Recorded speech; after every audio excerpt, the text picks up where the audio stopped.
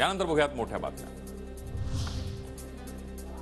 मराठा आरक्षणाबाबत सरकार सकारात्मक, जरांगे पाटलांनी सामंजस्याची भूमिका घेऊन आंदोलन टाळावं, मुख्यमंत्री शिंदेंचं जरांगे पाटलांना आवाहन। सामंजस्याची भूमिका म्हणून सरकारला 7 महिने दिले, सकारात्मक असणं आणि अंमलबजावणी होणं यामध्ये फरक आहे। मुख्यमंत्र्यांच्या आवाहनानंतर जरांगे पाटील आंदोलनावर ठाम। मराठा आरक्षणासाठी सरकार कटिबद्ध, फेब्रुवारीमध्ये अधिवेशन बोलावून सकारात्मक निर्णय घेणार, देवेंद्र फडणवीस यांचं आश्वासन। तर सर्वांनी संयम ठेवला पाहिजे, फडणवीस यांचं आवाहन।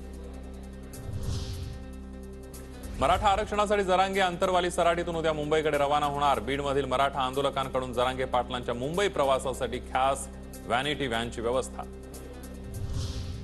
मराठा आणि ओबीसी आंदोलनासाठी काही तास शिल्लक, मात्र अद्याप कुणालाच परवानगी नाही। दोन्ही समाजाकडून आझाद मैदानासाठी अर्ज। जरांगे पाटलांना आरक्षणाचा मुद्दा मांडायचा असेल तर त्यांनी पार्लमेंटमध्ये यावं, प्रकाश आंबेडकरांचा जरांगे पाटलांना सल्ला।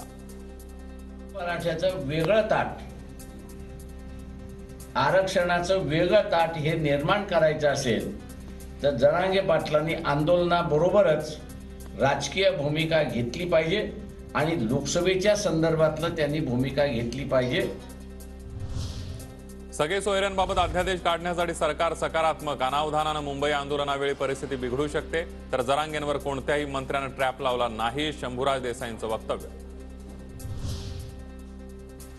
दावोस दौऱ्यामध्ये 4 लाख कोटींचे करार झाल्याचं बघून विरोधकांचे डोळे पांढरे होतील, मुख्यमंत्र्यांचा दावोस दौऱ्यानंतर विरोधकांवर निशाणा।